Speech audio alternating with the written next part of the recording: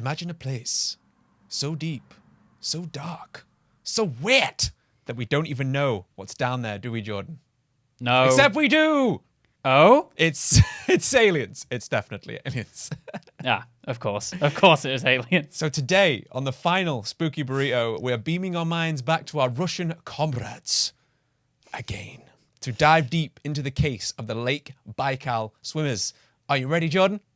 I am ready. Can we have the, Russian national anthem playing in Yes, the background?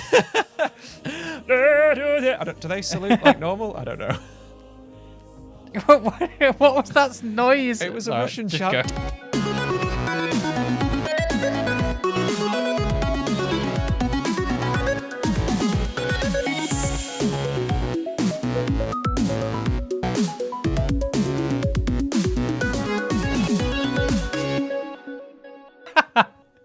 Hello, everyone, and welcome to the final Spooky Burrito of this Halloween season of 2021. I'm Hazz. And I'm Jordan. And today, as we said, we're going to be diving deep into the Baikal Swimmers. We've got some strange spooky stories to go through, all about water today.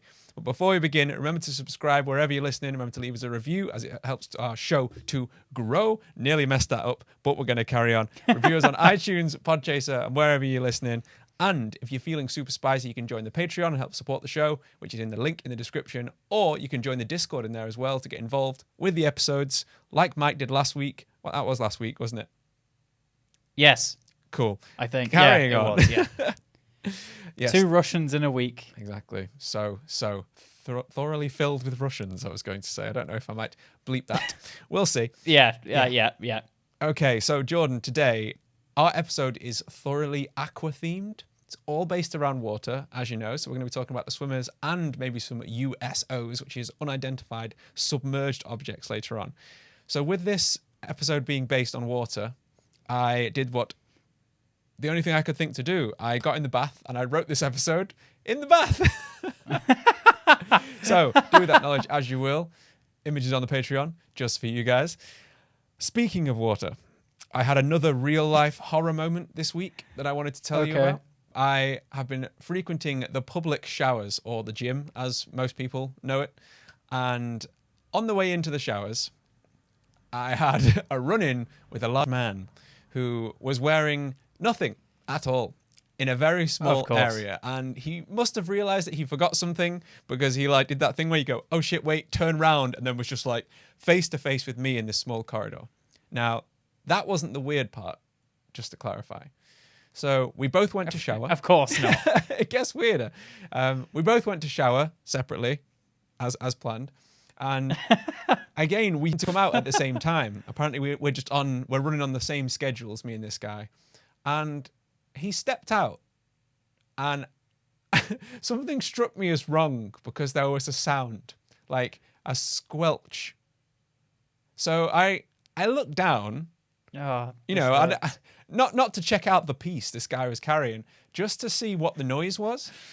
And I noticed that he had showered in his socks like an absolute psycho, and plopped his way, these little squelchy feet. I don't know why, but I've gone room. all red from this. I don't know why, because it didn't happen to me, and I'm traumatized by it. It was awful, dude. Who showers in their socks? I need that to guy, know. apparently. Is it people who are self-conscious shower in their boxers or shorts? Is that he really hates his feet? Maybe. And he's like, I'm going to wear my shower socks. But they weren't shower socks. They were just... What do you mean they weren't shower socks? What do shower socks look like? You can get those little rubber socks with the toes, can't you, for diving? Not that you're diving into the shower. Can you? Fucking this is spookier than the episode. I don't like this. I know. Because all the episodes have been so fucking existential this week, including yours, which you said wasn't. It was just as bad as mine. Mine was horror-y. That's Boost fine. me. Okay, Boost me, baby. Now, shall we get into why we've come here today on this final spooky the final spooky thing. Yes. So today's spooky story comes directly from Russian military classified that were declassified documents. Okay. The story, Sounds Siberia. like Lil Wayne. Okay. Okay. The story, Siberia, 1982. It's called. I was just saying the scene for you so you feel set in for it and ready. Okay. In the southerly, most eastern western plain, near the Mongolian border, there is a lake. Its waters are the purest on Earth. It is the oldest lake on Earth, and it contains, shockingly, 1/5 of the entire planet's fresh water. Wow, I really want to taste that water. I know, but it's so good, so refreshing and cold and filled with aliens. It's also the size of Belgium, this lake. It's the size of Belgium. What? It's that big. Yeah, it's massive and it's so Belgium, the one and only itself. The one and only itself, so chocolate flavoured. I hope this water tastes a light hint of delicate chocolate. I imagine it does. If it doesn't, I'm going to pretend it does. Yeah, just to put the Russians at ease. Like, oh, this is the best Russian water we've ever tasted. It also has earthquakes that cause the mountains to shift all around it. The earthquakes are that powerful.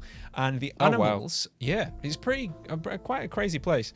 And the animals that are there, there's 1,500 species in this lake, and 80% of them are only found in this one lake on Earth.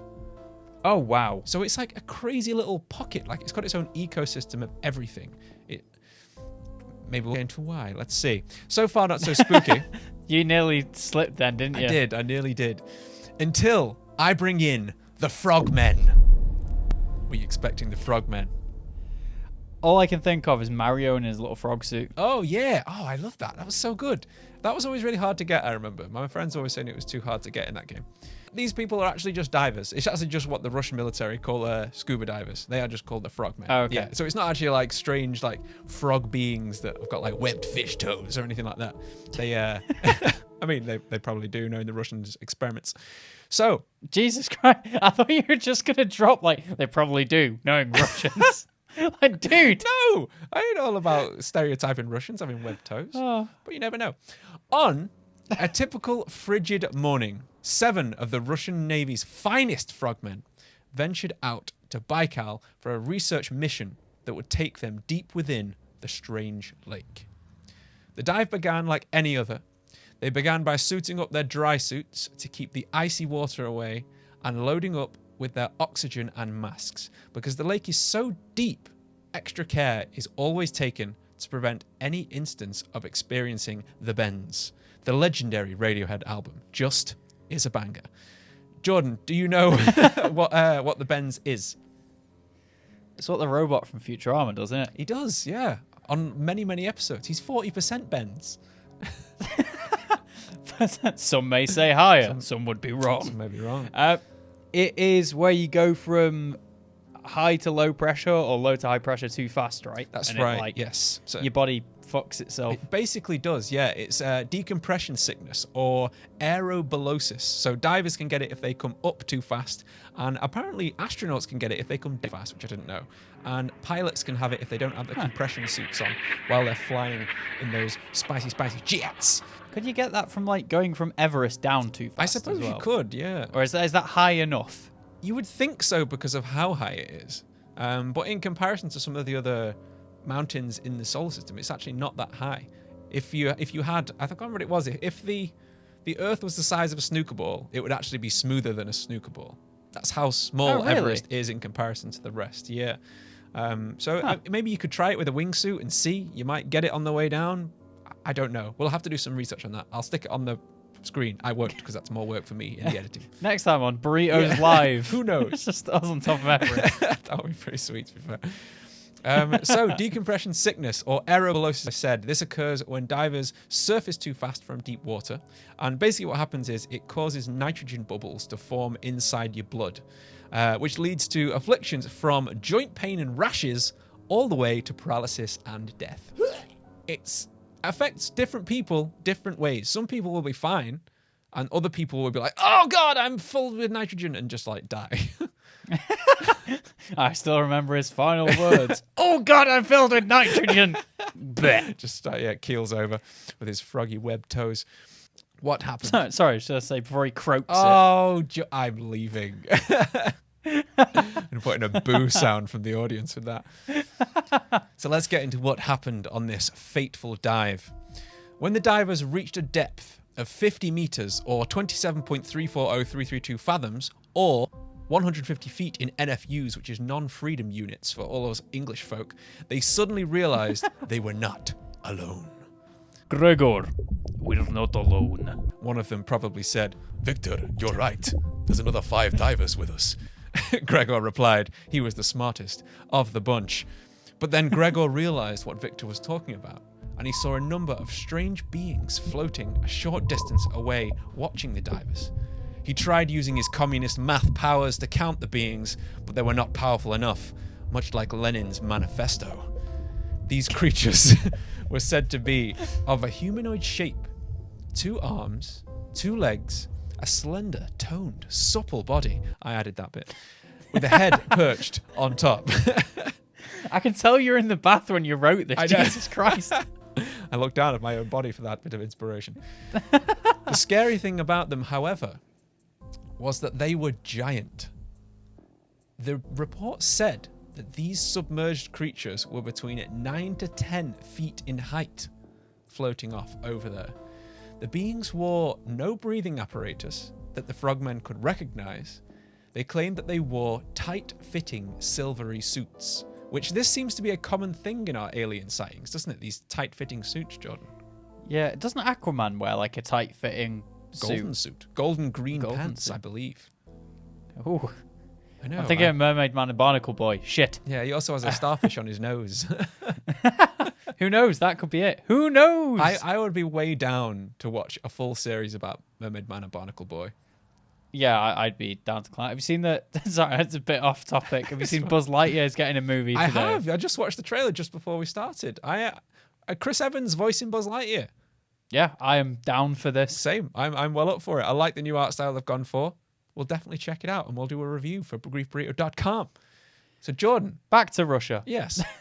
Why do you think these suits got to be so tight? Keep heating, probably. Or to show off them supple cheeks. Supple body, supple cheeks, and they're like posing Why round. did you go for the chest? Because like Yeah, supple they're chest. just turned around, just like they're like, I'll never tell. Yes, yeah, I suppose. Yeah. I guess, yeah, I didn't actually think about the temperature thing, but yeah, you're probably right. They do have to. Although the suits that we have for diving, like dry suits, like I mentioned earlier, they're quite baggy. Like I always remember that episode of Idiot Abroad with Carl Pilkington where he's floating it's in the Arctic and he's just floating there. I was like, I feel like a bag of crisps. I think they are meant to be relatively tight fitting though, aren't they? No, because I think dry suits you have to have air between so the air doesn't cool down too much. So your body heat heats the air inside the suit and then it's basically just a protective layer on the outside. Huh. I realise now I don't know how they work. No, I know. We'll have to go and do some research on these. The next bit's going to baffle you even more though, because of course, over their heads, it said they wore just clear domes that did not include any pipes or tubes for any kind of breathing. So like, how was their air cycled for breathing? Or do you think they even need to? Maybe if they're fishmen, there's not enough oxygen that low down. So they've got to take some oxygen with them, but because they use water as well, they don't need much. So they just need a bit of oxygen to help filter through the liquid. Possibly. Yes. I couldn't seem to find a reason why. There's a couple of images floating around that I don't know if you saw that it basically just makes them look like they've got just like a little jeb on their head. They're almost like Mr. Freeze. A little bit, yeah. Just... I did see some images. Some of them look like they're wearing jellyfish. Yeah, which heads. I did quite like that design. It makes them look like bioorganic, that that's just part of their being and their head is inside it. Whereas others made it look like they were wearing almost like a bell jar kind of thing, just over the top. Yeah. Would you feel threatened by these beings at all, do you think?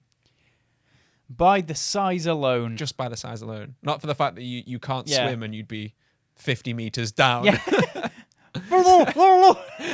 Help! Yeah. I can't swim, as I'm sure the listeners know by now. But this is your first episode. There's a nice little tidbit for you. So the frogmen... If you want to kill Jordan, here's how. A rather deep puddle will do it quite well. Stop giving people means to kill me. It's Halloween. It keeps it spooky. So the frogmen called in their commander. We found some crazy giant watermen swimmers, because they call them the swimmers. Telling him of the creatures they found. Oh, wait. Telling him of the creatures they'd found, and almost like the creatures knew what was happening, they drifted deeper into the darkness, leaving the divers alone in the murk. And the commander, at the thought of losing this opportunity, allegedly burst into life, barking orders. Victor, get after them. Do not let them get away. And he said, but sir, what do you mean? The commander... You sound like you're going into, like, sexy Mexican. Sexy Mexican. I don't think I've ever done that voice in my life. You said that like I was trying to do it. Futurama, the like used car salesman, and he sells the car to Amy, and he's like, hey, no cat food for Victor tonight. Oh yeah. Yes. Okay. Fair. We can make this commander a sexy Mexican. So the commander... I don't know if that's what he actually is. He may be. We don't know. He might have got a nice little green card over to the Russian, state. The commander ordered the men to catch one in a net. Bigger net. My preferred technique to catch cryptids, as you know. Listeners, if you don't know what we're talking about, here's a clip. All I've got is the image of you putting a net over him, and then he just looks at you like, blinks, he's just really unimpressed, and then he flies away while you're holding the net, and he's just like dragging you into the sky. Jordan, bigger net. There we go. Go and check out the Mothman episode. You will love it, I'm sure. So the men followed the creatures further and further down into the abyss, just taking orders from this commander. How big was that? Why were they carrying such large nets? I don't know. Or was it a really small net? And they were like, well, we have to try. I don't... Because if not, I'm going to get fired. Yeah, why are you carrying a net big enough to capture a 10-foot fucking human being thing? I don't know. All I can think is that, like, they got down there, Victor drew in close, he got his net and cast it out, and it literally just went. It was like basically a hairnet on this guy. And he was just like... And then suddenly panic ensued. Like, this Baikal swimmer drew into a frenzy, a fury. And then the 7-man team, with a rush of energy, were cast to the surface. They were just straight up there. In seconds, apparently. Up into the freezing air above the lake. Now, as I mentioned earlier, asking if you knew what the bends was, you can imagine that this didn't go very well for the divers.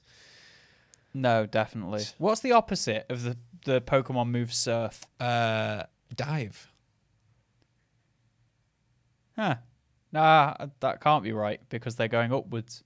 Fly? I was like, what's the opposite of throwing water at someone? And it's like taking that water away very quickly. Flamethrower. I don't know. Like suction? I guess you're just sucking it away. But from what I can gather, it was just like a rush of... The way it was described in like the descriptions of the articles, like it was a flow of bubbles. So it would just like raise them entirely up like a rush of air. Bubble beam. Yeah, there you go, bubble beam. Yeah, they just did a big old Squirtle bubble beam and raised them up to the top. Now, 3 of the divers were seriously injured by presumably crashing into the ice above. I'm so sorry. Do you think any of the divers saw Pokemon come out on the Game Boy and they saw a Blastoise? Like the kids are like, Papa, Blastoise. It's like, oh, and it's like flashbacks. Or like a Golduck or something. Yeah, oh no. Yeah. They're back. They're back for me. Victor, where are you? He's just hurling nets at this child like, Papa, no. Papa, not the net again. Oh, this is a good episode. I like this one. This is the stupid spooky we are used to. Oh Lord. Okay. Sorry. Go. It's okay. So 3 of the divers crashed into the ice, presumably breaking every bone in their Russian bodies. And 4 divers would go through something much more harrowing. The sudden rise had caused nitrogen bubbles, as I mentioned, to form in their blood, and they fell into the icy grip of decompression sickness. The military acted as quickly as possible, as they were obviously flying out helicopters over there. They reached the divers, retrieved them from the water, and in their haste moved them to the nearest medical facility that contained decompression chambers in a rushed attempt to save the men. The message they received, however, from the facility on the way there stated that only one of the decompression chambers was even remotely operational, and each chamber could only hold 2 people. So what is the military to do? The 3 injured divers were left to die on the ice, as there was nothing that could be done to help them. Nothing that could be do. How long does it take to... So I'm guessing the cure for decompression is just compress them some more. Yes, and then you squeeze them real hard. And then you basically decompress them gradually. That's what it is. You have to do it over a gradual period. I've experienced basically decompression when I was learning to swim in Macclesfield swim baths, no less. Me and my dad used to go there because it was the deepest swimming pool in the area, so that was the place where we'd go to practice, and I was dunked mercilessly as a small child until I would come up on my own. No, I'm joking. That's not what happened. Jesus Christ. But one thing that me and my brother... This is why I don't swim. Exactly. Well, not with my family anyway. Me and my brother would dive to the bottom, and we would lie down on our backs on the bottom and see how long we could hold our breath. And the swimming pool there it's only 3 meters. So if you think 50 meters is a hell of a lot deeper. And even going from there, coming up to the surface, I compressed my eardrums quite severely. And the pain was very, very bad. I had to sleep on like a hot water bottle to try and like get it out. It's just like pain basically. So I can't imagine how much it must hurt going from 50 upwards. You basically just have to do it gradually. So these 3 divers died and the remaining 4 were shipped off to the facility. I struggled to actually find a concrete number of how many survived. I did read that they basically just put all 4 of them in the decompression chamber that was limited to 2 people and just tried their best. And from what I could see of the ones that did survive, they were all left with life-altering disabilities. Like it was pretty serious. I'm hesitant to put up images of decompression sickness, but I kind of want to show. Just what do you think? Should I put it on or not? I'm hesitant to show people decompression sickness, but here, bam, it's just on the screen. Yeah. I'll leave it to be your call if it's going to be a harrowing experience. Yeah. We already jump scared the last episode, so we did. Okay, I'll put it in the Discord notes. If you want to check out this, you can Google it yourself, or you can go over into our Discord and check it out there. Sorry to the Discord members who will not know that until this episode comes out, and they'll just see some random images. Enjoy. So from what I can find, Jordan, this is the first case of humans, to our knowledge, being killed by something that may not be of this earth. Wow. Yeah. Well, technically, is it the thing of like, we didn't actually kill them, it's your fault you live on such a shit planet. It's your fault for being decompressed. With shit biology. Yeah. Well, I didn't decompress him. But I did not compress him. Yeah, so I don't know. I think that the aliens, if they are aliens or whether it's something that just lives below the surface, I don't know whether it's too much to say that they acted too hasty or reacted too strongly, because it was only probably a small net. Well, it may be, but I think in fairness to them, if it was if some man was coming at you with a small net in comparison to your size, and was throwing it at you, and you've never seen one of these creatures before, because these, from what we understand, probably live underwater. Yeah. Like, come from the you're living in the deep, dark ocean. Yes. Not much has changed. But we live on, for fuck's sake. Hey, that was... it's pretty good. Yeah. Yeah, it was pretty good, but also, fuck you. Then, they're living in the deep, dark, dank ocean, or lake or whatever, and they're just like, small people. Nets! And then they start getting nets thrown at you. You're going to react, aren't you? I don't think they know they were killing them. No. And like, I suppose to be fair, I've walked into spider webs in my face and been like, oh, fucking Jesus. Like, like when you get one right across the face. Like, I suppose that's kind of the same feeling. And I did overreact then also. So, it's kind of the same. Walking into a spider's nest or spider web is exactly the same as having a human net thrown over an alien's face. Well, no, I'm putting myself in the large shoes of the alien. Actually, it didn't say whether they wore shoes. I'm putting myself in the tight, silvery suit of the alien. The tight, supple suit. Tight, supple, silvery suit. Stupid, sexy seaman. I know. When I'm swimming, it's like I'm wearing nothing at all. Net. Stupid, sexy aliens. Okay. So there have been a few other instances of aliens around this area. Like, that was the main instance of the Lake Baikal Swimmers, but a lot of other people have said that they've seen other things in and around the lake. In and around the lake. So whether they're UFOs floating above it or USOs being underneath the surface. So I've pulled up a couple of other ones. This one comes from Oleg Chichulin. He was on a boat training students. Oleg, what have you been doing this weekend? Chichulin? Chichulin, training students. And this was near Cape Svitoy Nos. And they saw strange objects. There was a ball that glowed. And then this ball started to fade, and blush. It was turned into a red ball. This red ball, for a while, lay on the water, and then it began to sink. And all this gradually went under the water, and it became dark. That's what he said about this red ball. What do you think the red ball was? Do you think it have something to do with the swimmers? I have literally no idea. The way it's written as well, it's all just sentence. It's like, there was a ball that glowed, and then this ball started to fade and blush. And it turned into a red ball. This red ball for a while lay on the water, and then began to sink. And all this gradually went under the water. And it became dark. That's how it's written. That's how it's like been transposed. It has, but I imagine it's translated from Russian, I guess, to be like in between nerve-settling vodka shots. Definitely, by the sounds of it. Yes. While this guy's trying to hastily type it into Google Translate to get it to English. Which, as we know, gives some great, great results.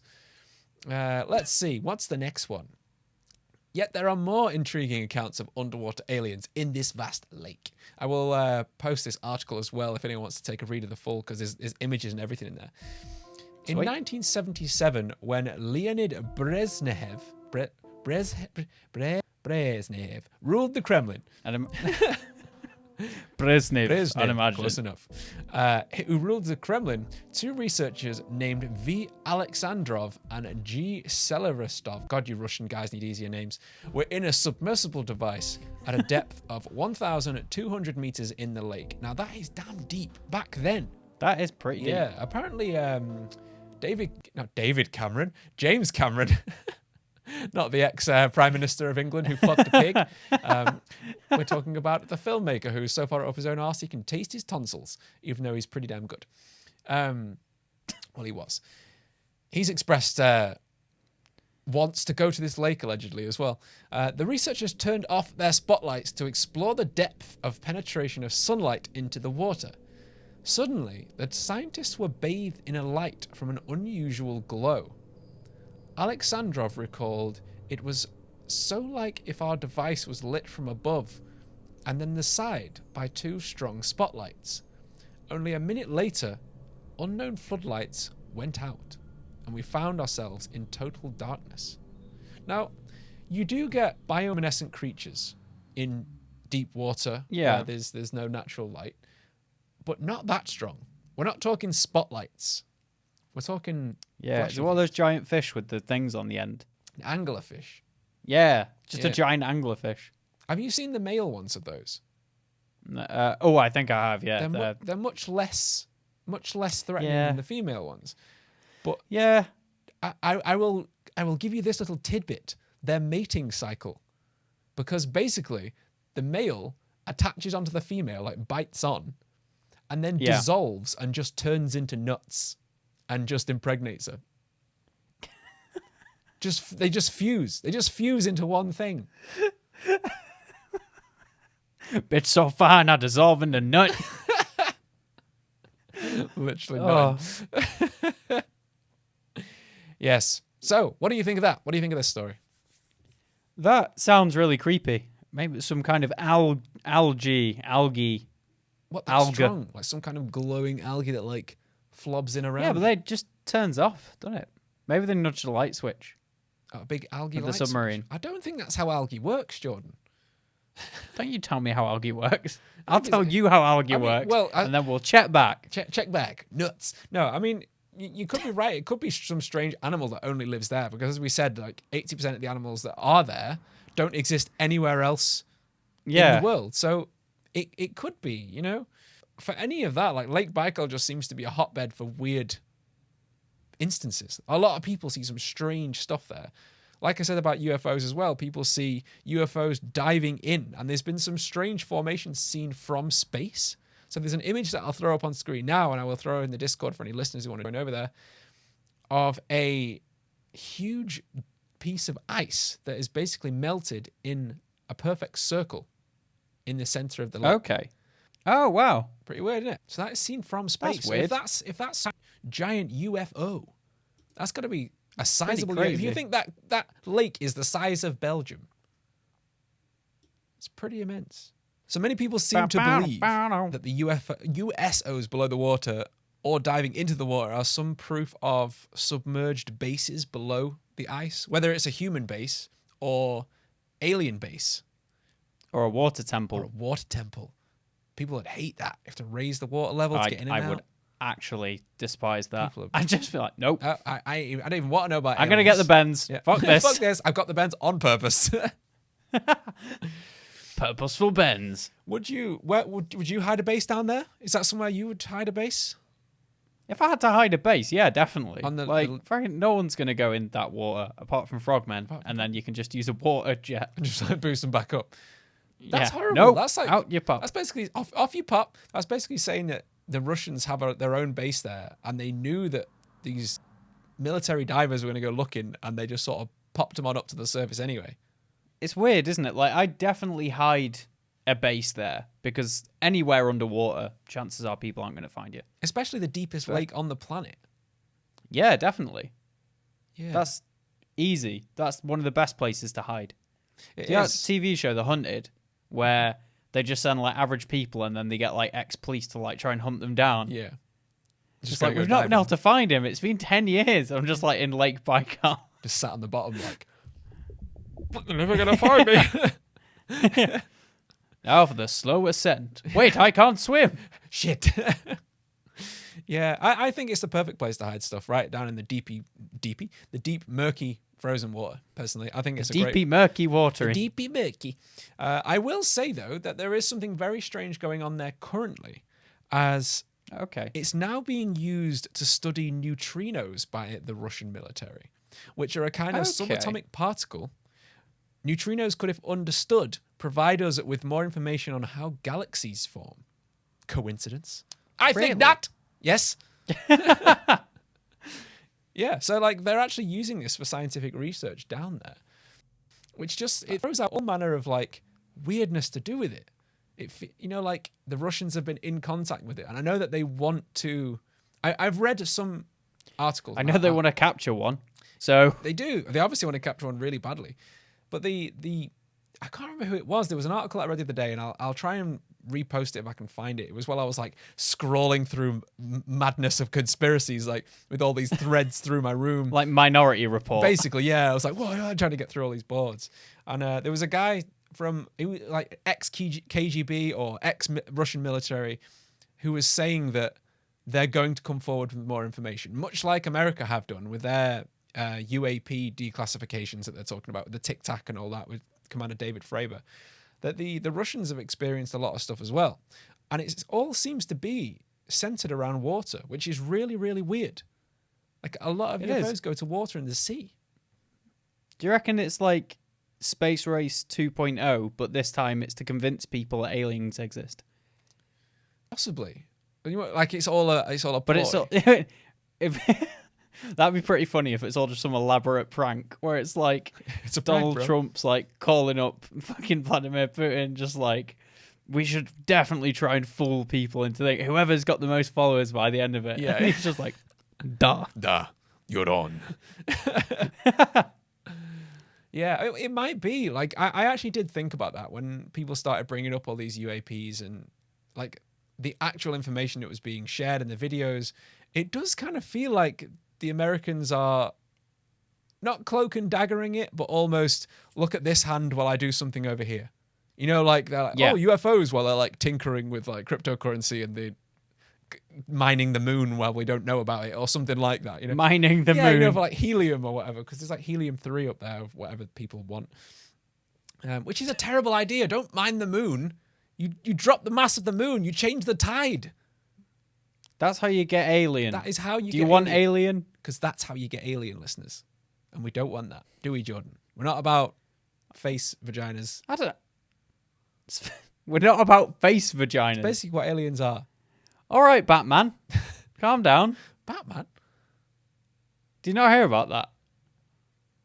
There was something where I think DC Comics were just like, they alluded to Batman not eating vagina. Really? Yeah. Wow. That was something they alluded to. Let's pause the episode for a sec. I'm going to find it. I also did find out the other day that I think this was on the Last Action Heroes podcast, because I think some of them are Danish, some of them are Swedish, and Batman in Denmark, I think, is called Leatherman. That's something else. That's not good. Apparently it is, and it's because the word for bat is like leather mouse or something like that. Oh. So they didn't want to call him Mouse Man or Leather Mouse Man, so they just call him Leatherman. There you go. There it is. In a feature published on Monday, Variety explored how superhero stories are evolving in order to keep audiences engaged. However, it is an anecdote from Harley Quinn co-creator and executive producer Justin Halpern that has caught the internet's attention and imagination. Speaking on the creative freedom that comes with writing villains rather than heroes, Halpern gave the example of a moment in the upcoming 3rd season of the animated series where Batman was originally meant to be going down on Catwoman. Unfortunately, the higher-ups at DC were having none of it. They're like, heroes don't do that, said Halpern. So we said, are you saying heroes are just selfish lovers? They're like, no, it's that we sell consumer toys for heroes. It's hard to sell a toy if Batman is also going down on someone. I get what they're saying about selling things, but real heroes do it. Real heroes take the plunge. Take the plunge. The bat plunge. Into the... Bat plunge to the back plunge.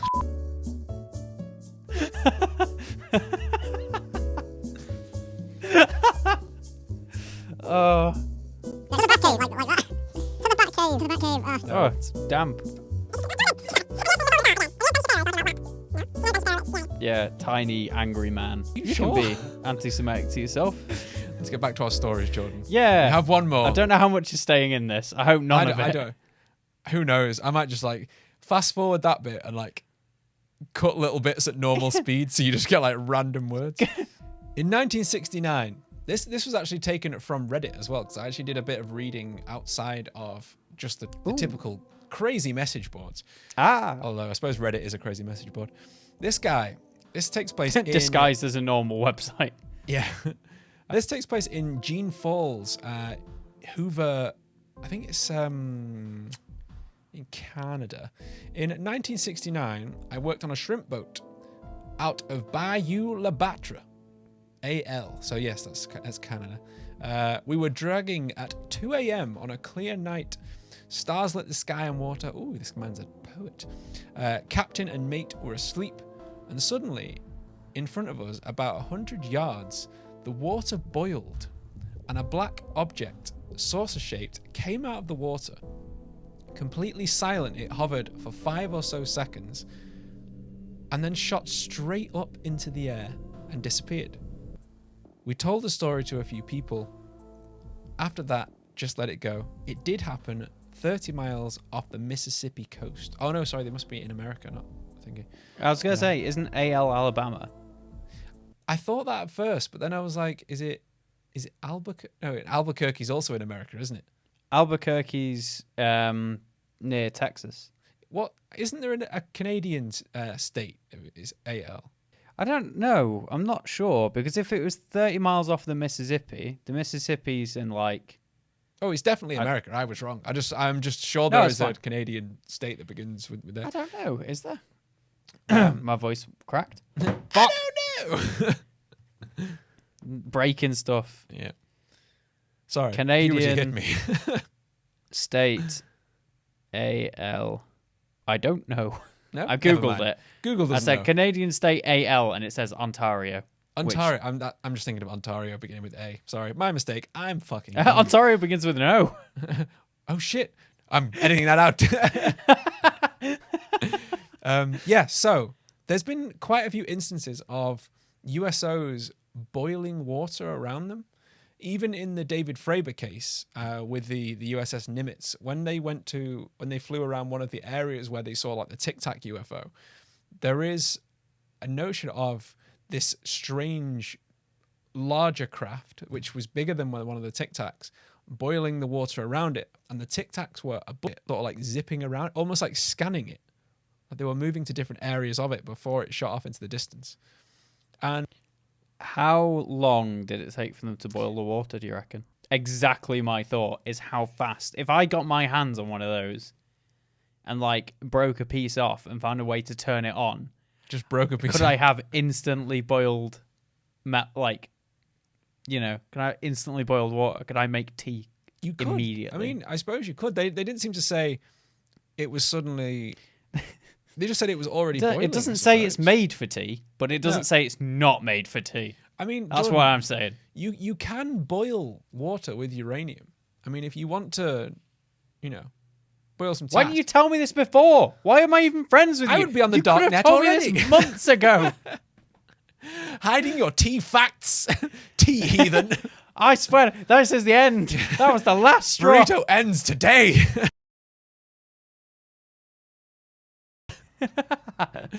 Yes. That should be the thing. Find out how the burrito ends. Yeah. Well, and it's just that argument. So what did you think? I think that's my USO and Lake Baikal stories. What are we going to make of these spookies on today's episode? I think that there is enough water in the world that it could be in Kevin Costner's water world, but also, there's too much. It's like the space thing. There's a lot of water. There's going to be some weird stuff. Oh, yeah. Isn't it like they think squids are from outer space? They do, yeah, because the way their DNA is formed is very, very different to ours. It's something about the base pairs, which is something we actually mentioned on... Which episode did we mention base pairs on? That was a few episodes ago, wasn't it? Was it 2 episodes ago? We mentioned about AT and CT and how they join. Apparently squids have got more than that. I think they've got 3 or 4 or something. Oh, wow. Yes. And they live for like a long, long time. They do, right? Yeah. There's quite a few life forms on Earth, mushrooms being one, or just like fungi, apparently is the correct pronunciation, not fungi or fungi. Fungi. They think that spores may have traveled here on meteorites, believe it or not, for fungi. Oh, wow. And for octopus and squid, and presumably cuttlefish as well, because I think they're all the same genus, I guess. They're all cephalopods, actually. Shout out to cephalopod, yes. So they think they might have come here on some kind of meteorite as well, which is a crazy thing to think about. And there's another form of life as well that they found recently. I can't remember the name of that one, that is in between a plant, an animal, and a fungi. It's like if you had a Venn diagram, it's like right in the middle, and it's not quite any of them. It's just some other thing. So, oh, wow, that's cool. I'll try and find that as well and send it, because it was quite an interesting little Please video. do. Please. I agree that I think that apparently we know more about the surface of the moon and Mars than we do about our own oceans because of how much of it is unexplored. And with it being that dark and that hard to even get down there to see, like with the crushing amount of atmosphere that's down there, it makes it hugely difficult to even start to look, really. Like you can only go down there with a very small ship or craft, and it has to have such a small little viewport because if you have too much glass, it just gets crushed and breaks. So it makes it really, really difficult to even start to view stuff down there. I really hope we get to see more going forward with like our technology now with like carbon nanotubes and stuff. I hope they start making really strong submersible crafts that are more visible, through them, and that we get to go down there. Or even if it's just to build drones, like our own drones to go down there, build our own USOs that can go under the water. That'd be sick. I think, there's a lot to learn about the world still, somehow, after however long humans have been trying to. Yeah, and there is. Who knows if we'll ever finish, but I think the waters of Earth are going to be the last frontier of the planet. Yeah. I don't think we'll, in our lifetimes, probably not. Which is sad. I hope to see more. I think maybe we'll come back to another USO episode in the future, because there's a couple of videos that I've actually found that we could go through as well on a future spooky. One particular one that looks like a man in an armchair flying at miles a second, which is amazing. Is it Santa Claus by any chance? It could be. It definitely could be some kind of UFO, USO Santa Claus. And he dips into the water like there's no resistance, and then dips back out again. And then there's another one that joins it. Like, it's proper cool. And that was, again, taken off another US battleship. He could be a crab Santa. Santa Claus. Oh! Let's end it there. You said Santa. Crab. Santa Crab. Jordan, where can they find you on all the socials? At the Mr. John Core. They can. Everywhere. And where can they find the podcast? No, tell us the podcast. At Greek Burrito. You can indeed. And you can find me at Hazz Wild everywhere, guys, if you want to message me or give me some abuse about this episode. Wherever you're listening, leave us a review. Let us know what you thought. Drop us some comments. And we want to see you in the Discord. Let us know. We want to see you get involved in these episodes. And if you want to do some Russian voices for us, you're more than welcome to our Russian listeners, because we need some more. If you join the Discord from after listening to this episode, just put in any image you can find of Santa Claus with claws. Yes, we want to see crab claws. And then we'll know. We'll know. We'll know. We'll know it's you.